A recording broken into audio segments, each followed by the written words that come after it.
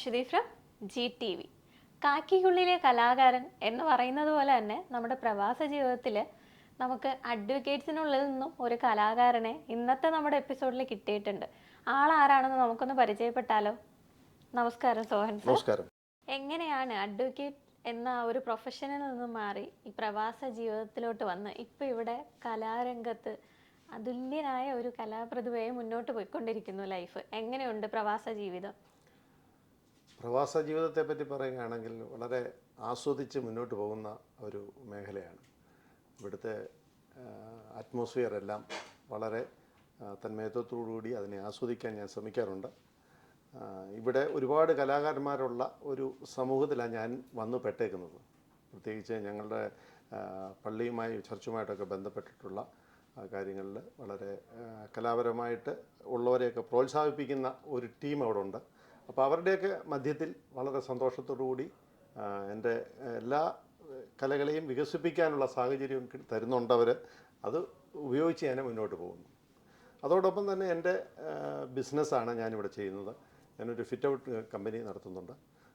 അതും കുഴപ്പമില്ലാത്ത രീതിയിൽ മുന്നോട്ട് കൊണ്ടുപോകാൻ എനിക്ക് സാധിക്കുന്നുണ്ട്. കലയോടൊപ്പം തന്നെ ബിസിനസ്സും മുന്നോട്ട് കൊണ്ടുപോകാനായിട്ട് ശ്രമിക്കാറുണ്ട് പലപ്പോഴും, അല്ലേ? നിമിഷ കവിതയിൽ പ്രഗത്ഭനാണ് എന്നുള്ളൊരു കാര്യവും ഞാൻ കേട്ടു. അതിനെക്കുറിച്ച് എന്താണ് പറയാനുള്ളത്? നിമിഷ കവിത എന്ന് പറയുന്നത് നമുക്ക് പെട്ടെന്നൊരാൾക്ക് എളുപ്പം സാധിക്കുന്ന ഒന്നല്ല. അത്രയും വാക്ചാതുര്യം അല്ലെങ്കിൽ ഒരു സാമർഥ്യം വേണ്ട ഒന്ന് തന്നെയാണ്. അതിനെക്കുറിച്ച് എന്താണ് സോച്ചന് പറയാനുള്ളത്? കവിതയെ സംബന്ധിച്ച് പറയുകയാണെങ്കിൽ എനിക്ക് അതിൻ്റെ ഒന്ന് രണ്ട് കാര്യങ്ങൾ, അതിൻ്റെ തുടക്കം എങ്ങനെയാണെന്നുള്ളതും കൂടെ ഒന്ന് പറയേണ്ടതായിട്ട് വരും. ഞാൻ ആദ്യമായിട്ട് ഈ കവിത എഴുതുന്നത് 1997. അതായത് ഞാൻ എൻ്റെ ഡിഗ്രി കഴിഞ്ഞതിന് ശേഷം ഡൽഹിയിൽ പഠനത്തിൻ്റെ ആവശ്യമായിട്ട് അവിടെ പോയി ഒരു ഹോട്ടലിൽ ബിൽ റൈറ്ററായിട്ട് ജോലിക്ക് കയറി. അപ്പോൾ ഒരു ദുഃഖവെള്ളിയാഴ്ച അവധി വേണം എന്ന് ഞാൻ എൻ്റെ മാനേജ്മെൻറ്റിനോട് ആവശ്യപ്പെട്ടപ്പോൾ അയാൾ അത് പാടെ നിരസിക്കുകയായിരുന്നു ചെയ്തത്. അപ്പം അന്നത്തെ ദിവസം എന്നാൽ ഇനിയിപ്പം കാര്യമായിട്ട് ജോലി ചെയ്യുന്നില്ല എന്നുള്ള ഒരു ചിന്തയോടുകൂടി, എന്താണെന്ന് എനിക്കറിയത്തില്ല, ഞാൻ ചുമ്മാതെ ഈ ഞങ്ങളുടെ ബൈബിളുമായിട്ട് ബന്ധപ്പെട്ട ഒരു 3-4 വരികൾ കുറിച്ച് അവിടെ വെക്കുമായിരുന്നു. അപ്പം അങ്ങനെയാണ്, അതാണ് എൻ്റെ ജീവിതത്തിൽ ആദ്യമായിട്ട് ഞാൻ കുറിച്ച് വെക്കുന്നത്. അത് പിന്നെ ഞാൻ ഗ്രാജുവലി ഒരു 4-5 മാസത്തിന് ശേഷമാണ് ഒരു 10-15-20 ലൈൻസ് ഉള്ള ഒരു കവിതയായിട്ട് മാറ്റി. പിന്നെ അത് കഴിഞ്ഞതിന് ശേഷം ഞാനങ്ങ് പൂനെക്ക് പോകുന്നുണ്ട്. പൂനെയിൽ പോയി എൻ്റെ നിയമപഠനം ആരംഭിച്ച സമയത്ത് അത് കംപ്ലീറ്റ് ആക്കി ആ കവിത. അത് അന്നത്തെ പൂനെയിലുള്ള ഒരു കിർക്കിയിലുള്ള ഒരു പള്ളിയിൽ ഞങ്ങളുടെ ഒരു വികാരി ഉണ്ടായിരുന്നു. അദ്ദേഹത്തെ കാണിക്കുകയും അദ്ദേഹം വളരെ നല്ലതാണ്, കുറച്ചുകൂടെ ഒന്ന് ഡെവലപ്പ് ചെയ്യണമെന്നൊക്കെ പറഞ്ഞ് അങ്ങനെ എനിക്കത് ഞാനത് ഡെവലപ്പ് ചെയ്തതിന് ശേഷം ഒരു ദുഃഖവെള്ളിയാഴ്ച എനിക്ക് ആ പള്ളിയിൽ അത് അവതരിപ്പിക്കാനുള്ളൊരു അവസരവും അച്ഛൻ തന്നു. അതെൻ്റെ ജീവിതത്തിൽ എനിക്ക് ഏറ്റവും വലിയ ഒരു അനുഭവമായിട്ടാണ് പോകുന്നത്. അതെ, അത് ഒരു വർഷത്തിന് ശേഷമാണ്, അടുത്ത ഒരു ദുഃഖവെള്ളിയാഴ്ചയാണ് എനിക്ക് അവതരിപ്പിക്കാൻ അവസരം കിട്ടിയത്. അങ്ങനെ അതാണ് എൻ്റെ ജീവിതത്തിൽ എനിക്ക് കിട്ടിയ ഏറ്റവും, ഞാൻ ആദ്യമായിട്ട് കവിത എഴുതുന്ന അന്നാണ്. അത് കഴിഞ്ഞതിന് ശേഷം ഓരോ സാഹചര്യങ്ങളൊക്കെ കിട്ടുന്ന സമയത്ത് എന്തെങ്കിലുമൊക്കെ കുറിക്കാൻ മനസ്സിലൊരു തോന്നൽ വരും. അത് പെട്ടെന്ന് തന്നെ ഒരു കവിത രൂപേണ 3-4 വരികൾ അല്ലെങ്കിൽ ഒരു 10 വരിക്കുള്ളിൽ എഴുതി അത് പെട്ടെന്ന് തന്നെ അവതരിപ്പിക്കാനുള്ളൊരു കഴിവുണ്ട്. അതാണ് എനിക്കൊരു വലിയൊരു വരദാനമാണ്. അത് അങ്ങനെ മുന്നോട്ട് കൊണ്ടുപോകുന്നു. ഞാൻ ഫേസ്ബുക്കിൽ ഇടയ്ക്ക് കണ്ടിരുന്നു, നാട്ടിൽ ലീവിന് പോയ സാഹചര്യത്തിൽ നമ്മുടെ കേരള തിരുവനന്തപുരം തമ്പാനൂരിൽ നിന്നും അടൂരിലേക്കുള്ള ഒരു ബസ് യാത്രയ്ക്കിടയിൽ എഴുതിയ ഒരു നിമിഷ കവിത അവിടെ ബസ്സിലുണ്ടായിരുന്ന യാത്രക്കാരുടെ മുന്നിൽ വെച്ച് സോച്ചൻ അത് ചൊല്ലുന്നുണ്ടായിരുന്നു. അന്ന് അതിന് തോന്നിയൊരു എന്തായിരുന്നു ഒരു പ്രചോദനം? അത് കഴിഞ്ഞ ഒരു മാസത്തിന് മുമ്പാണ് സംഭവിച്ചത്. ബസ്സിൽ കയറിയിരുന്ന ബസ്സിലെ ആ ഒരു അറ്റ്മോസ്ഫിയറൊക്കെ കണ്ടപ്പോൾ ഇഷ്ടംപോലെ കാറ്റ് വരുന്നുണ്ട്. അത് കഴിഞ്ഞിട്ട് വഴിയിലുള്ള സാധനങ്ങൾ ഇതിലല്ലെങ്കിൽ യാത്രയിലുള്ള കാഴ്ചകളൊക്കെ കണ്ട് ഇരുന്നപ്പോൾ പെട്ടെന്ന് തന്നെ എൻ്റെ ഇവിടുന്ന് കൊണ്ടുപോയ എയർ ടിക്കറ്റിൻ്റെ ബാക്കിലാണ് ഞാനത് കുറിച്ചത്. അങ്ങനെ പെട്ടെന്ന് കുറേ തോന്നി 3-4 വരികൾ കുറിച്ചു. അത് കഴിഞ്ഞ് ഞാൻ കണ്ടക്ടറെ അടുത്ത് വിളിച്ചിട്ട് അദ്ദേഹത്തോട് ഞാൻ പറഞ്ഞാൽ ഇതുപോലെ ഇന്നടുത്തൊന്ന് ദുബൈയിൽ നിന്ന് വരികയാണ്, KSRTC യാത്ര ആസ്വദിക്കാൻ വേണ്ടിയാണ് ഞാൻ KSRTCയിൽ കയറിയത്. അപ്പോൾ ഇതുപോലൊരു കവിത എഴുതിയിട്ടുണ്ട്, അപ്പോൾ അതിന് ഒരു അവസരം തന്നാൽ നമുക്ക് ഇതിൻ്റെ കൂടെ ചൊല്ലാമെന്ന്. അദ്ദേഹം വളരെ സന്തോഷത്തോടെ അത് സ്വീകരിച്ചു. എനിക്ക് കൊട്ടാരക്കര ചെന്ന സമയത്ത് അദ്ദേഹം പിന്നെ അതിനുള്ള അവസരം തന്നു. അതവിടെ അവതരിപ്പിച്ചു. അവിടെ ഇരുന്നവരെല്ലാവരും പിന്നെ സന്തോഷത്തോടെ അത് സ്വീകരിക്കുകയും ചെയ്തു, ആസ്വദിച്ചു. അതാണ് അതിനകത്തെ കാര്യം. അതുപോലെ തന്നെ എൻ്റെ ട്രെയിനിൽ ഞാൻ യാത്ര ചെയ്യുന്ന സമയത്ത് വർഷങ്ങൾക്ക് ശേഷം കഴിഞ്ഞ പ്രാവശ്യം ട്രെയിനിൽ പോയ സമയത്തും എനിക്കിതുപോലെ പെട്ടെന്നൊരു തോന്നൽ വന്ന് ഒരു ട്രെയിനിനകത്തെ പറ്റിയുള്ളൊരു കവിത അത് എഴുതി. അന്നേരം തന്നെ അവിടെ അടുത്തിരുന്ന ആൾക്കാരോട് റെക്കോർഡ് ചെയ്യാൻ പറയും. അവരത് റെക്കോർഡ് ചെയ്യുകയും അത് കഴിഞ്ഞ് അന്നേരം തന്നെ അത് ഞാനത് ഫേസ്ബുക്കിൽ അപ്ലോഡ് ചെയ്യുകയും ചെയ്തു.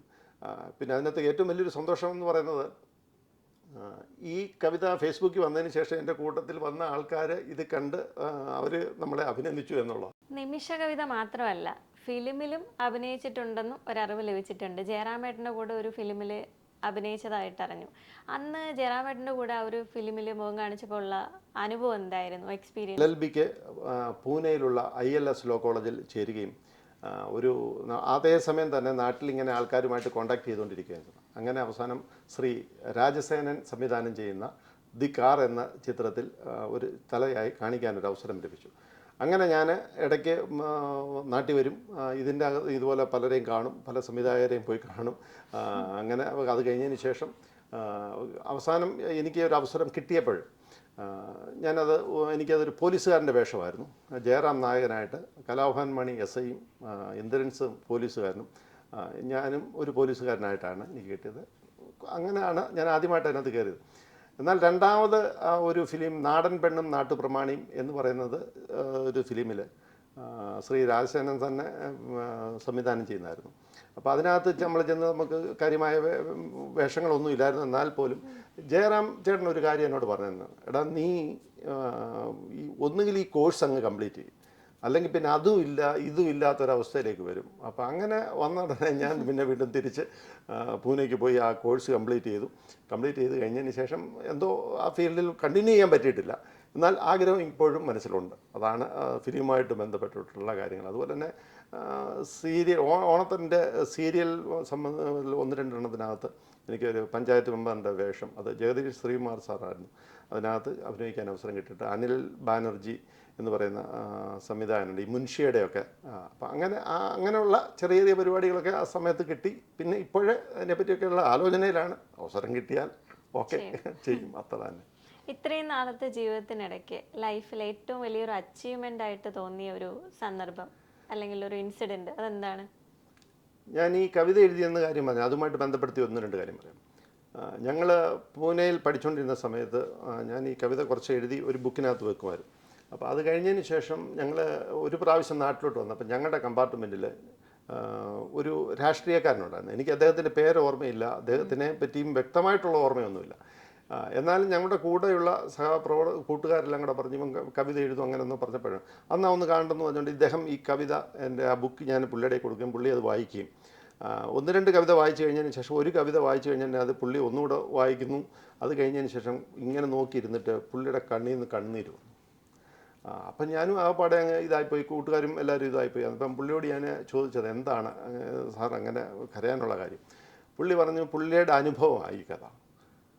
അതായത് പുള്ളി അതിനകത്ത് ഇതിവൃത്തം എന്ന് പറഞ്ഞു കഴിഞ്ഞാൽ ഒരു കിളി കൂട് വെച്ചു.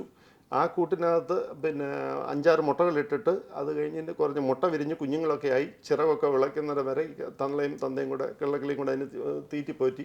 അത് കഴിഞ്ഞതിന് ശേഷം ഒരു സുപ്രഭാതത്തിൽ കിളി കുഞ്ഞുങ്ങളൊക്കെ പറന്നുപോയി. അപ്പോൾ ഈ തള്ള കിളി കരഞ്ഞു. അപ്പം ഈ അച്ഛൻ കിളി ആ തള്ളയോട് പറയുന്നുണ്ട്, അടയ്ക്കയ്ക്ക് സ്ഥാനം പറമ്പിലും അടയ്ക്കാമരമത് പറമ്പിലും അടയ്ക്കയ്ക്ക് സ്ഥാനം എന്ന് അങ്ങനെ ഒരു ഇതുണ്ട്. അവസാനം അത് വെച്ച് അങ്ങനെയാണ് അതിനകത്ത് എഴുതിയത്. അപ്പം ആ ഒരു ഭാഗം വായിച്ചപ്പോഴാണ് അദ്ദേഹം കരഞ്ഞത്. അദ്ദേഹത്തിൻ്റെ മക്കൾ അവർ 5-6 മക്കളായിരുന്നു. അവരെല്ലാവരും പല സ്ഥലങ്ങളിലായിട്ട് പിന്നെ ജോലിക്ക് പോയി. അപ്പോൾ അപ്പനും അമ്മയും ഒറ്റയ്ക്കായി.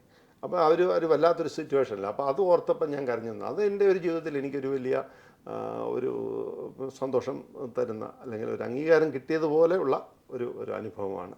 അതുപോലെ തന്നെ എൻ്റെ ഒരു അധ്യാപകനെ കഴിഞ്ഞ ഇടയ്ക്ക് ഞാൻ നാട്ടിൽ വെച്ച് കണ്ടു, നടക്കാൻ പോയപ്പോഴാണ്. അപ്പം അദ്ദേഹം പറഞ്ഞ നീ അവധിക്ക് വന്നതല്ലേ, അദ്ദേഹത്തിൻ്റെ പേര് റോയ് സാർ എന്നാണ്. അടൂർ ഒരു എൽഷദ കോളേജ് എന്ന് പറഞ്ഞ് നടത്തുന്ന ഒരു വലിയ സ്ഥാപനമാണ്. അദ്ദേഹം പറഞ്ഞു നമുക്ക് കുറച്ച് നാളിന് ശേഷം നിന്നെ കണ്ടത്, നമുക്ക് എവിടെയെങ്കിലും പോയിരുന്ന് സംസാരിക്കാമെന്ന് പറഞ്ഞു. അന്നേരം അവിടെ വെച്ച് തന്നെ പുള്ളി ഫുഡൊക്കെ ഓർഡർ ചെയ്ത് ഫുഡ് വന്ന സമയത്തിന് നിന്ന് ഞാനൊരു 4-5 വരി കുറിച്ച് സാറിൻ്റെ മുന്നിൽ അവതരിപ്പിക്കാനൊരു ഇത് കിട്ടി. അതൊരു ഗുരുദക്ഷിണയായിട്ട് സാറ് സ്വീകരിച്ചു ആ സമയത്ത്. അതും എൻ്റെ ജീവിതത്തിൽ എനിക്ക് ഒരു വലിയ അനുഭവമായിട്ടുമല്ല. അങ്ങനെയൊക്കെയുള്ള സന്തോഷങ്ങളാണ് എൻ്റെ ജീവിതത്തിൽ എനിക്ക് ഇടയ്ക്കിടയ്ക്ക് കിട്ടുന്നുള്ളൂ.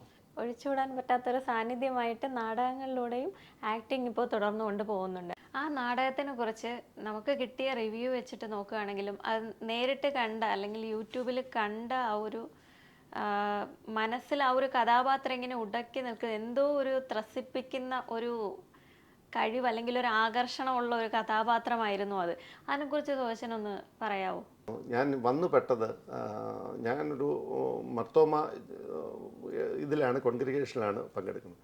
അപ്പോൾ അതിനകത്ത് യുവജന സഖ്യം എന്ന് പറയുന്ന ഒരു ഇതുണ്ട്. അപ്പം ആ സംഘടന അവർ എല്ലാ വർഷവും ഓരോ നാടകങ്ങൾ കൊയ്ത്തുത്സവവുമായി ബന്ധപ്പെട്ട് നടത്താറുണ്ട്.